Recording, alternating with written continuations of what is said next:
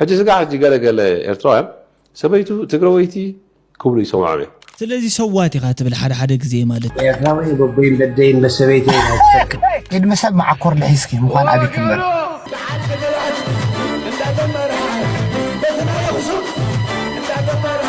ولك معازيو بروفيسور إنت زي بيلكس أنا يفهم كم إرتراء كل جزاء راحين على دقفنا من مستسللوا الكسباتن ذكر يوسف شانلاتن تسلام مسأليو هم دي جاني زيد دخلن تلوخو زرسع جزاء والمحداد هو هاي بوكا سالسان قال ملعب عم تاج زي سريح حجنا ابنت أو خوينو بيراو ربحنا في حنش شو سلزلي قد ما حزل بلا شغمو سلستر واحد عمت كوني نادك عبيت سبان استخاخل حدقناك أتصل علي نطع የትግራይ ሰራዊት አዛዦች መፈንቅለ መንግስት አውጀዋል ሲሉ አቶ ጌታቸው ረዳ ከሰሱ መስመር ህወሓት ሰዓር አይንበር አይ ሰዓርን መከራ ያመርከው ምን አዘለው ባይዘው አማራህ ትግራይ ሽንቂ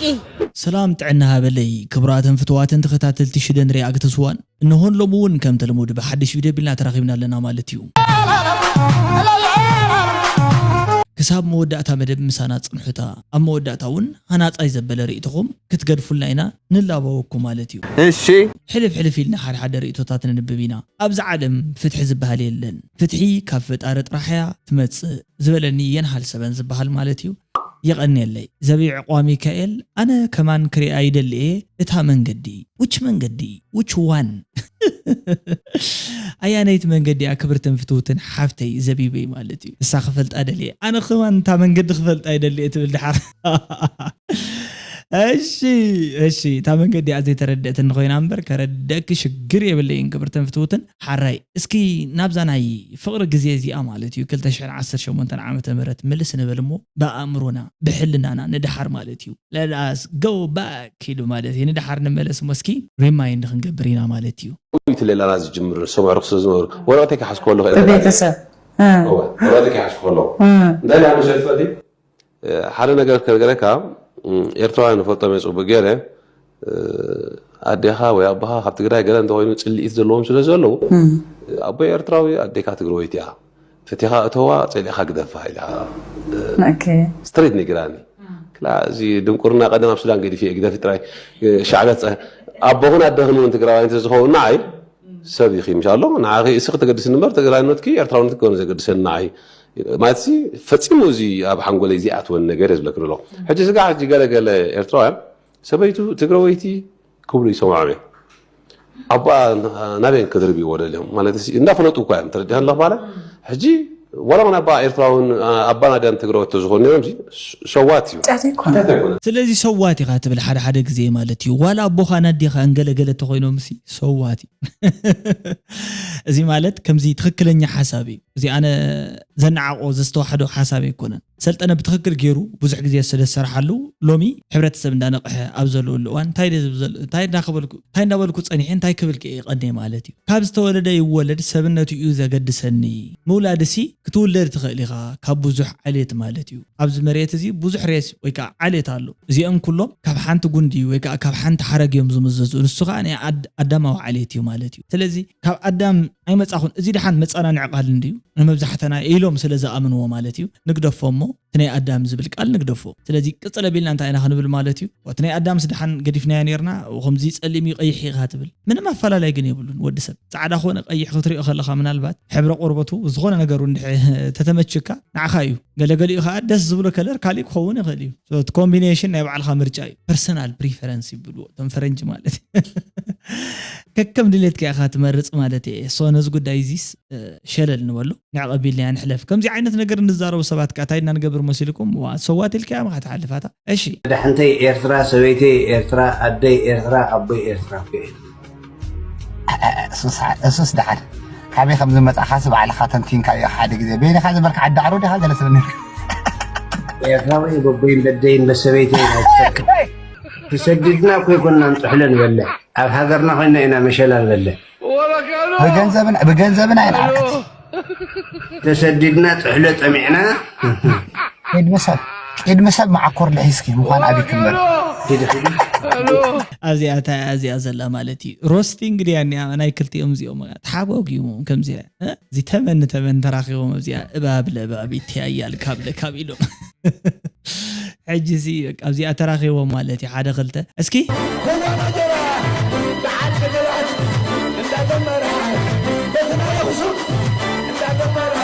ولك معازيو ومعازي زرسنا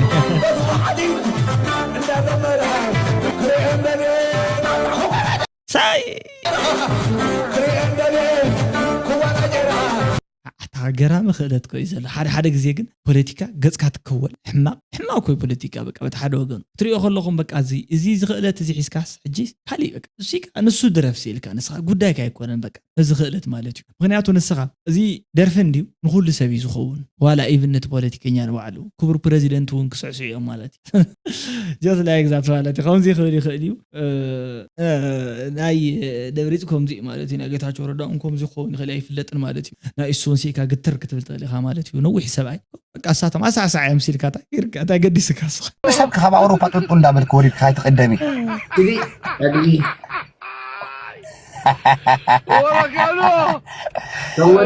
في عين بروفيسور እንደዚህ ቢለክስ አነ ይኮንኩ ተጸበይን ተራይ سلطان حاونا بزعبا اب تግራይ عدنا زغبرو زلو عرسي بزح حسابات دس ايبلوم كاب زغرمكم بعسي نتي جنوساي نتي عصوان كبان نتي موت نتي قتلت زدغفو زنبرسي تغمطيلوم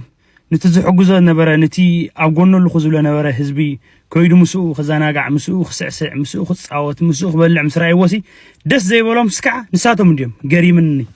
ازي حج نايت انا رتبلوس نيمتاي انا ارجت زاروس ميزانو خون كلس تمرصي نو يقرم انا بحكي بزغونه 2025 كمان عامتنا يتمثل منقسات كمان يوردلو وا قسيل كاي زراي بزغونه القول هلم يولي اخ قدفنا اسكي كاب ايرترا اكل غزاي طرحين عنا دغفنا نحصرت ነገር اكل غزاي اتوم بعلم شعبيا ايرتراويان عقام زبلوهم اكل غزاي طرحين عنا زحاللنا نسخه عقم يبل كاب تلفزيون وصيخا حدوغو حواتنا يم كامنوال ምንም ዝተጣያሸ ወታደራዊ ኃይል የውሉን መልእክተይ እሺ መልእክት ኻናትካ ህዝብ ትግራይ ዘኽብርኩም ህዝብ ትግራይ ምስ ጎረቤት ሃገርኩም ክቡር ህዝብ ኤርትራ ንሐቀኛ ሰላምን ርጋትን ተኣምኑልን ትኽተሉን ትኾንኩም እቲ ቁኑዕ መስመር መንገዲ ሰላምን ርጋትን ንምኻድ መምስ ተጸለሉ ውልቀ ሰባትን ዝኽርዩ ሰብ ቻነላትን ቅብላውነት ዘለዎም ኣብ ስደት ዝነብሩ ውልቃውያን ሰባትን ንህዝቢ ኤርትራ ዝውክሉ ንኽብርን መንነትን ክቡር ህዝቢ ኤርትራ ዘቆናጽሙን ዝደፍሩን ኣብ መቐለ መጽኦም ብፕሮፓጋንዳታት ናይ ትግራይ ወይ ናይ ህወሓት ተሰንዮም ንህዝብን ክብርን ኤርትራ ዝዘልፉ ምስ ከምዚኦም ዝኣምሰሉ ውልቃውያን ሰባት እናዓንደርካን ንህዝቢ ኤርትራ እንዳዋረድካን ልኡላውነት ኤርትራን ኤርትራውነትን እናደፈርካ ይኮነን እቲ ሓቀኛ ሰላም ዝመጽእ ሓራይ እሺ እስኪ ሕጂ ኣነስ ኣነ ብጣዕሚ ዝገርመን ነገር ማለት እዩ እንታይ ኢሎም እዮም ተጻሪፎም ሓደ ብመሰረቱ ትግራይ ኣብ ትግራይ ማለት እዩ ዓበይቲ ሚድያታት ጌርካ ክንድገለ ዝኾኑ ሚድያታት ጌርካ ሓደ ውልቀ ሰብ ክጻረፍ ይኽእል ተኮይኑ እምበር ብደረጃ ብፕሪንሲፕል ተበጊስካ ተላዒልካ ማለት እዩ ዝጽረፍ ጸርፊ የለን ከምዚ ዓይነት ጸርፊ ማለት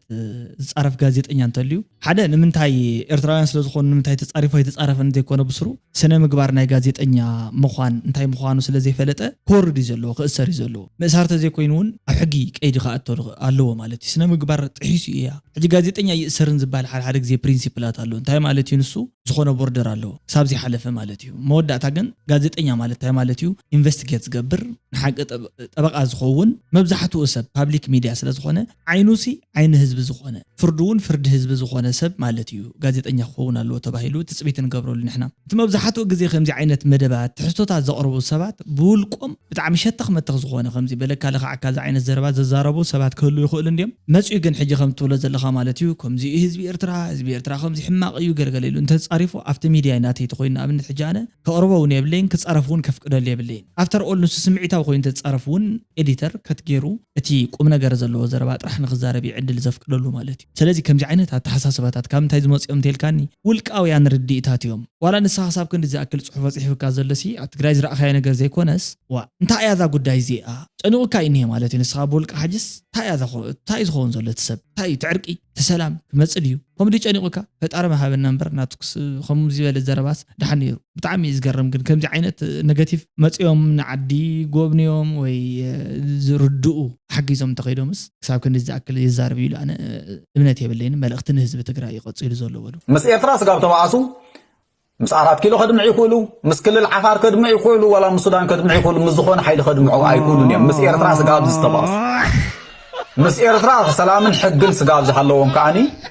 زخون حيل خدخرو ما يكلن سلازي نابز حق زي كموصو اب زخوللو تسفا لهم نابز حق زي كموصو اب زخوللو عوت لهم نجزا حزبو كربح زي كيل نغانوت كربح يو الكا يتصبى زبلي ازي كلته استفاله عين سئلت لهم عبد علي تحاده جيتاچو رداي تخالد ما سياسه فرقي حجي سياسه فرق فلوطيو نحزبي زطف حزبو زطف زلوسي كاب ربحه ركبي الكاخت كيد زي نه بحقي طفاچو نعي كلايون تي جيتاچو ردا فلوطيو جيتاچو رداسي حزب تግራይ ክጸንት ክጠፍ መሰላቱ ክርገጽ ዓብ ተራስታ ጾታው ተሰቢ አዙክናት ወልዑ ማለት መጨረሻውን ኢዱን አቢ አህመድ ሂቡ ሎሚ ትሕቲ አቢ አህመድ ሰራሐሎ ማለት ከስሕጅስ ከአቢ ሐካብ ጌታቸው ረዳ እንታይ ጽበ فكلت يوم يتصبن تخيدنا أتانات كحساب تقبلنا لنا مالتي أكيد زبال قلت بحالي لنا كم زلوا أنا تقبلنا أطر سلكا خمالتي نبرة ميدا يكون بزيج إنش أقوله لهم قد أمسي خمي أبتو هتر كسب خسارة ونالو نبرة ميدا يكون بزيج إنش أقوله له هتر كسبي هتر كسارة سلحي زمت مالتي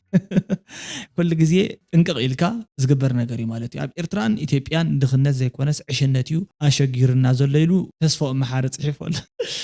اليوم عدار تግራይ ተዋበቶ ንኮን ሓላፍነት ሉዓላዊ ግዛዕትና ምምላስ ውሑድ ሰላም ነትን ህዝብ ርጋዝ ካብ ወረርቲ ሓራት የወፃሲና ሓራት ወፅእ ምግባር ተመዛበልትን ኣመረበቶ ምምላስ ኢኮኖሚያዊ ሕየትን ዳግመ ህንፀትን ምርጋዝ ከምኡውን ንቐፃሊ መረፃ ጥጥዕ ባይታ ምፍጣር ኮይኑ ብተግባር ተዋው ዕማም ከይፈፀመ ፃንዕት ግዚኡውን ስለዝወደን ኣብ ዕድሊ ስለዝርከብ ህዝብናዊ ግቡእ ግልጋሎት ስለዘይርከብ እዚ ዝደኸመን ተልእኹ ዝረስዐ ግዚያዊ ምሕዳር ክጠናኸርን ዝትክዎ ኣመራርሓ ተተኪኦም ክመሓራረ ይግባእ እዚ ጂጂ ወይ ከዓ ገብረ ጻድቃን ጀነራል ዝበሃል ማለት እዩ ጀነራል ዲው አላገለ ይፈልጥን አነ ግን ክንደይ كنزارب بوزع عندنا خنزارب جن تعويتنا عندنا بلا خنديسب دق كم زي بلا مالتي السبع عايزي أما ودات حاجة أما ليسهم دقنا زوري لكم كم زي عينة مجلس هتكتصحف خلهم أنا بتعمي خم بك تجرموا لي بايزو بوجنايسي بتعمي أزجرم مالتي جزيء سلازي سرح جزيء توهب عمام سلازي ود توهاي بوكا سلاسان قال ملعب عم تاج زي سرح حاجنا أبدا جزيء أو محدار من السرح نجاري ولا فلوتي من أي سرح نجاري ولا نسخاتكم سرحهم أنا جاري ولا أبتزبوكوا خلتاهم كمشك على تصاصر لهم برسرحهم أنا كرنت هالدي بتعبوا كويس حزن أما تحدى خمس سرحة تحدى خمس زي سرحة كات تزخون من الوقت زي رأيه سرحة أنا نسخاجن زي سرحة خان متبهله قلت ما يسرحنكوا هاي إنه لا تبارنا مالتي نسخاون أي سرحة خان مسكي خنا بريكا كتصال خلت عمتات كا جنا حدش تيوم توهيلنا خن وصلاتها جزية وصدوا نهتلكم بقى قديفنا أنا كون إحنا بقى قديف وسب قديف مسلكم يوخا مالت أنت عينت مسلكم زلكم ولا أنت زي فلتكو نتهزبجن عنوت زخنا بوليتيكا أمري خنا الردادة تحساسب تسرص له تلاعت أكلتي محبرسب أكلت تجريس أكلت مقيلهم أكلتي محبرسب تايز بار كتخلو زدلي سوات له داس ناي وعلم داس مالتي دحراي ندحر أبد خعمريلو نتي وانت تفوق بزي خعمرتيل نتي وانت تفاح هتسعسع مالتيو مسلهم يو فقدنا لهم لينا دحر دقيم إحنا ينفقدن كما ناسي ينفقدن لهم تاجزية توديع نخلتاخوم يا تعربكم زلا بايزوي حجين غزياو محدار اندي تعربو زلا غزياو محدار عربات تاغزيو اندي وديا قصيدا غنعخمون يا تعربكم زلا تاغزيس زي تطقمكم لا كلكم يخم او غمت وشت انداتكم كيلو خبركم يزدلي حزبي حد غزي زغونه عقل وسن الله انت جمر انتلو وحجي ابي كم تعالون وعليه تفلط بتعم خطنققو يزغبا غبرت حدغت نسخاتكم ايكونكم انداي تهزب مالتي تهزبي اور اب ايد هزبي زلو بايزوي نسخاتكم اوتوريتي زي توهاوكم عقم سلازلكم طرح تقبروا نجر يلن هو هاوكم الله فقاد بهال نجر الله أنا نايز خونه سب دبدابي كبتصح وكأخل عقم سلازلن خصحف كيدنا حادث خونه سب أي صحف مالتي نايت ما هتمناي محتم فقاد كوها بنخل الله زيها أوتوريتي بهال زي كاب هزبي يزركب كلتا خوم كا أنصار هزباونت مالتي كاب فرقي دقافدو فرق تقاوم من داغوركم من هزبتات كاب تايز بهال تقبرو حسابكم تسمع معكم نايب على هاتكم ሽግር ኣብ ውሽጥኹም ፈቲሕኩም 3 ወርሒ ተኣኪብኩም ፍታሕ ዘምጻኹም መምሕዳራት ኣብዚ መጽኹም ሕጂ መግለጺ ካብ መግለጺ ወጻኢ ዝገበርኩም ዓቕሚ ዋላ ሓንቲ ነገር የለን ዋላ ሓንቲ ተብጽዎ ነገር የለን ክሳብ ሕጂ ማለት 3 ዓመት ምልኢት መግለጺ 2 ዓመት ምልኢት መግለጺ ማለት እዩ ካብኡ ብድሕሪ እኸ እቲ ህዝብና ስቃዩ ይናዋሕ ሽግር ይፍጠር ማለት እዩ አንኢምፕሎይመንት ሬት ኣሎ ስደት ኣሎ ፍልሰት ኣሎ ስርቅ ኣሎ ሕጂ ጸጥታ ትግራይ መግለጺ ካብ ዘውጽእ እተን ኣብ ትግራይ ታይ ዝበሃል ኮይነን ዘሎ ፖለቲካ ውሽጢ ኣትዩ ፍትፍት ካብ ዝሓድርሲ እተን ኣብ ትግራይ ዝዕመጻ ለይትን ቀትርን ተኣሲራዶ ተቐቲላዶ እንዳተባለት ብዜና ትመሓላለፍ ዘላ ሓንቲ ጓል ኣንስተይቲ ሓላዊ ዝገብር ትክክለኛ ሮንዲ ንህዝቡ ጥብቅና ዝቆውም ናይ ጸጥታ ሓይሊ ዘይተጣይሽ ኣብ ከምዚ ዓይነት መግለጽታት ኩልኩም ኣለኹም ማለት እዩ ኣይተሓምቁላ ኣይትንእሱላ እዚ ባላንስ ንምዃኑ ወይ ከዓ ናይ ምፍራሕ ጉዳይ ዘይኮነ ትግራይ ኣብዚ ሕጂ ሰዓት ማለት እዩ መንግስቲ ዝበሃል ነገር ዙንና ከምዚ የለ ትህዝብ ከዓ ብሓይሊ ፈጣርን ብጸሎት ወለዱን ብጸሎቱን ይነበር ከም ዘሎ ኣነ ዝርዳእን በወገነይ እዚ ኣይል ዝኸይድ አዛዦች መግለጫ ያወጡት ወታደራዊ መኳንንት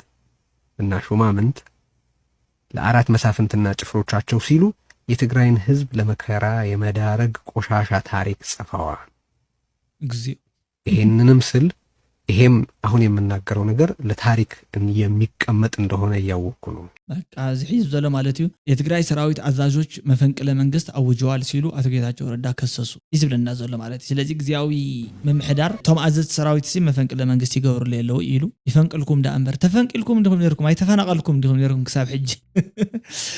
አታታይና ንገብር እቲ ህዝቢ 4 ዓመት ተፈናቂሉ 3 ዓመት ተፈናቀለ ህዝብ ለስ መንግስት አይተፈናቀለ ማለት እዩ ክሳብ ሕጂ ታሪኸኛ ዝኾነ ህዝብ ኮይ ዘሎ ባይዞ ታሪኸኛ ዝኾነ አመጻጻ ብፍላይ ተብስልጣን ዘሎ ናትና አመሪሕነት ዘሎ ህዝብ መሪሕነት ዝበሃል ነገር ጨቢጡ ዝርከብ ፍሊ ዝበለ ታሪኽ ዘለዎ ፍሊ ዝበለ በቃ ዘይከውን ነጥብታት ሒዙ ዝማጎት ካብቲ ዘቀራርብ ዘራሓቅ ነጥብታት ሒዙ ዝመጽእ ጋፕ ጉህም እንዳፈጠረ ዝሓደር ትውልዲ እዩ መጽዩ ዕንክሊል ዝኾነ ማለት እዩ ቪሽየስ ሰርክል ሒዙ ከ አቶሞ ዳሕራ ከም ዘይተወጸዲብካ ይሻለው ሲልካ ተልዓል ለይኮነን ኣብ ግዚያዊ ምሕዳር ህወሓት ስለ ዘይኮነ ጥራሕ ኣይኮነን ኣብኡ ኮይኑ ብሔራዊ ረብሓና ይሕንሽሾ ስለ ዘሎ እዩ ትጥልመት ናይ ውድብ ጥራሕ ኣይኮነን ንህዝቡ እውን ዘብለና ዘሎ ንሲ እቲ ናይ ህዝቢ ሕቶታት ብኣግባቡ ከይምለስ ናይ ፌደራል መንግስቲ ማእኸላይ መንግስቲ ጥራሕ እንተይኮነ እዚ ኮይኑ ይዕቅተሎ ይተሓባበረሉ ኢና ምዘለ سمع كبالو كنا قور جزاع سبكا ناينا لايف كبلاشيو قد ما حز لبلاش خمو 3 عامت كونينا دك عبيت سبان استخاخل حدقناكا وا كورس لابا وردو يكسر احنا نولع تاينا غيرناكم حزب تግራይ خنوت تفتنا اينا لو مين السعر صباحين السعر لو مين نبركخ صباحين نبركخ اهداو سرعتس اي جزعنا ندحر حجي هذا وسرعة كانت طفء أيحت نسلمت نسوينا إن بعد زي ما قدمنا حلو لو لو لو نالو نعت عيننا نمعبه كم يقرنا هذا وسرعة حق نمركخ لو مين نمركخ صراحة نمركخ روح تقبلني ما اسمره واحد سعر عندر أي سعر نحن نسير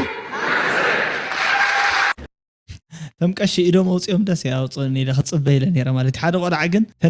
ተንሰበይት ዝውል አይደግምን ዘለፍት ማእኸል ኮይኑ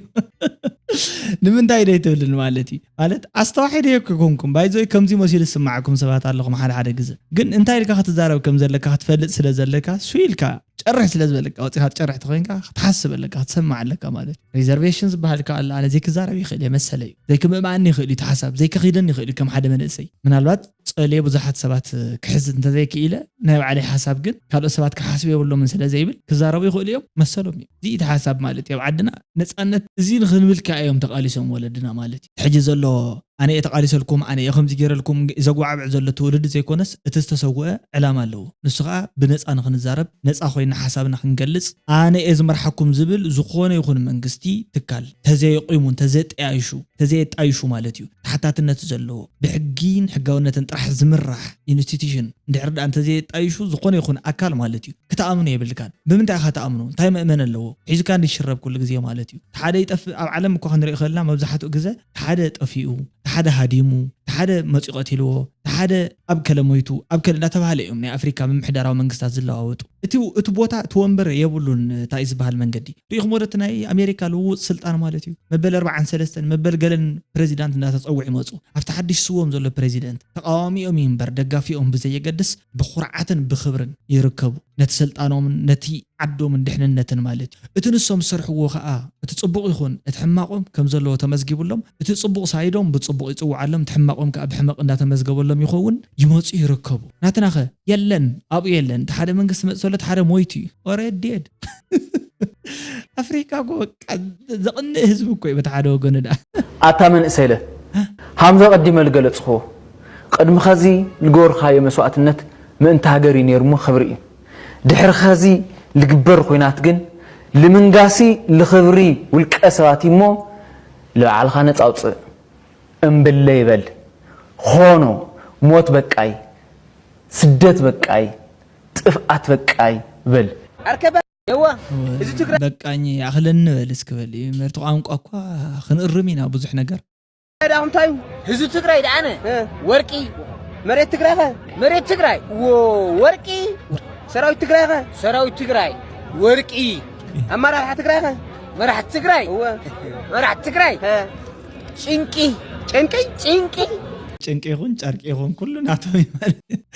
መከራ ኣመርከውና ዘሎ ባይዘወይ ሰብ ዝፈልጠልና ኢና ሲኢና እምበር በቃ ኩሉ ሕጂ ነዚኦም ሓንቲ ግዜ ማለት እዩ ፈጣሪ መፅኡ ብዝኾነ ይኹን መንገዲ ብዝኾነ ይኹን መንገዲ ተይለከመ ነቲ ካልእ ዘሎ ሰላማዊ ህዝቢ ክሊር ኣውት ተዝገብራ ነይሩ ዝዓድና ሕጂ ሰላማዊ መንገዲ መረኸብና ግን እቲ ህዝቢ ክንደይ መከራ ክንደይ ስቃይ ረኺቡን ብፍላይ ነዚኣቶም ጥራሕ ዝወሰዱ ዝኾነ ይኹን ነገር ተዝመፅ ዋላ እኮ እቲ ህዝቢ ዋላ ሓንቲ ነገር ኣይምኾነ ርግፀኛ እዩ ማለት እዩ ሚእቲ ካብ ሚእቲ እቲ ብጣዕሚ ዝሕዝን ነገር ኣሽከዕላል እዩ በቃ ኣሽከዕላል ሎማ ዓንቲ እቲ ሓደ መግለፂ እንትህብ ተሎ እቲ ሓደ ንሕና ናቶም መግለፂ ክንሰምዕ ንሕና እዚኦም መፅሓፍ ቅዱስ ታሪክ ድዮም እሱ እኳ ደጊምና ዘንበውናዮ ግዜ ዝርከምናሉ ናይ ሎማ ዓንቲ ቪድዮ ነዚ ዝመስል ክሳብ መወዳእታ ተኸታተልኩሞ መወዳእታ ድማ ሃናፅ ዘበለ ርእይቶ ስለትገድፉ ኣዝየ ዘመስግን ማለት እዩ ልዋም ቅነ ክኾነልኩም እየ ዝምነ ሰላም ቀኒውታ ፀፅቡቕ የስምዐና ቻው ዳሕና ቀኒውታ ጉድ ላይት ዳሕና ሕደርታ ሓዋተይ ማለት እዩ